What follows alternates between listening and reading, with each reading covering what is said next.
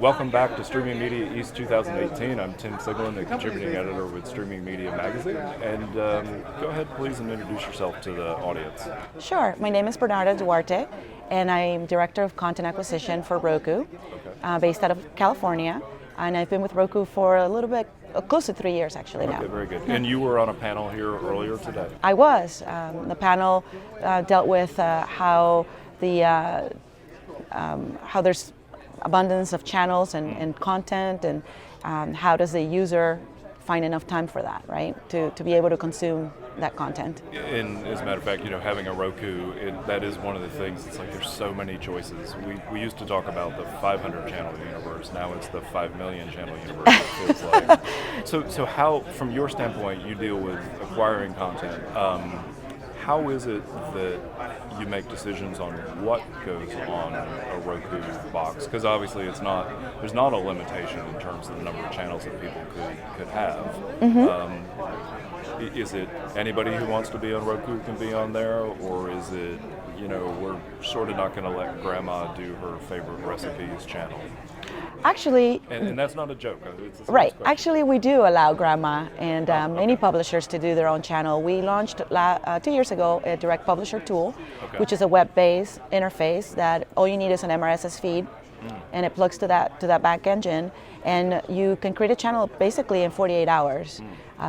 So we reduced the barriers to entry, and so yes, I can have my own channel. Grandma can have her channel.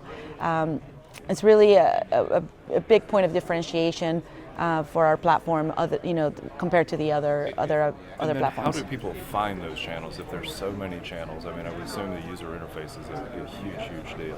Correct. So we spend obviously a lot of resources in our features, our UI.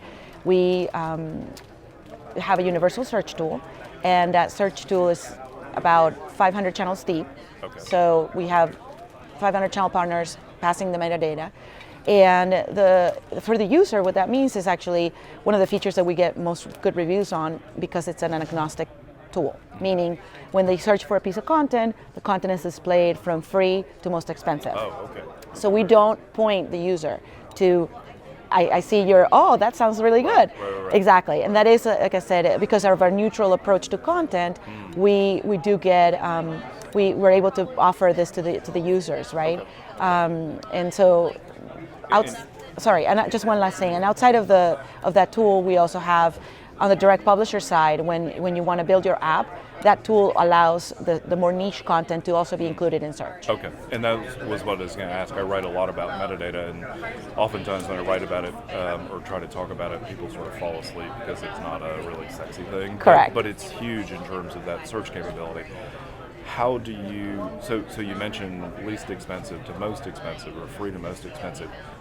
Can people also then filter it by popularity? Can they filter it by other ways? Yes, you can also, there's a top channel on the left-hand side of the navigation. Okay. And you can look at that user account. Will generate obviously the placement of the top channels, and it changes all the time, right? Because that's consumption overall on the user accounts.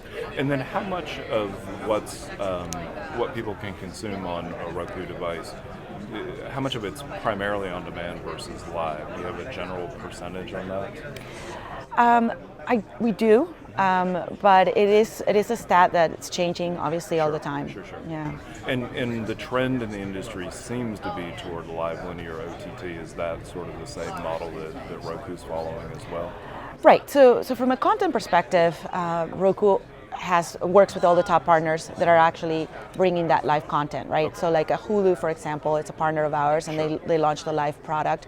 YouTube launched the YouTube TV product. So we work with Sling, we work with a bunch of the virtual MVPDs as well. Okay. So a lot of that content is being published through our partners.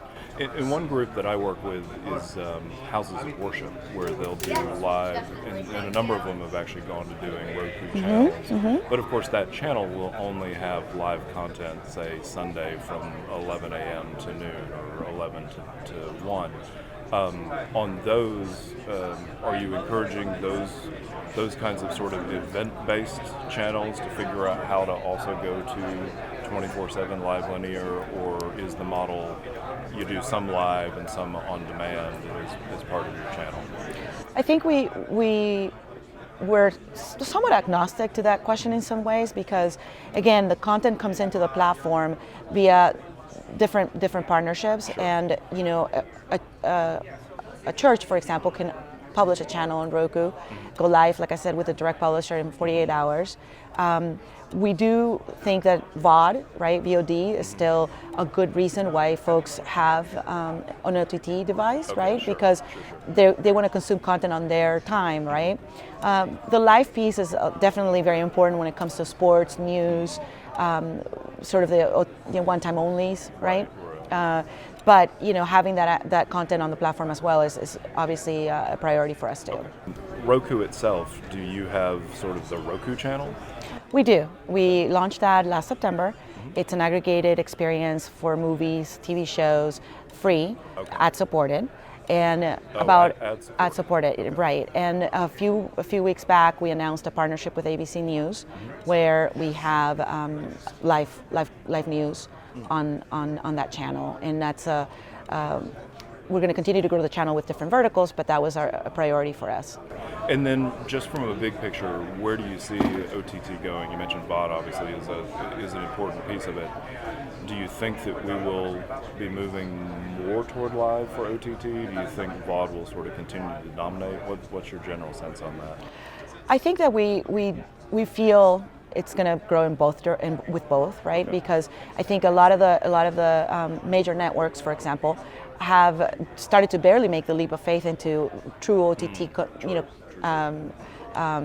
video, play. So we believe that's going to continue to grow in both of those directions. And again, having when you look at the user base of Roku, the majority of our users are, not subscribers of cable, right? So they can access live television with a tuner right on the TV. Sure. So there's a lot of I think opportunities for both VOD and live to continue to succeed on the platform. Okay, very good. Again, Tim Siglin, and we'll be right back.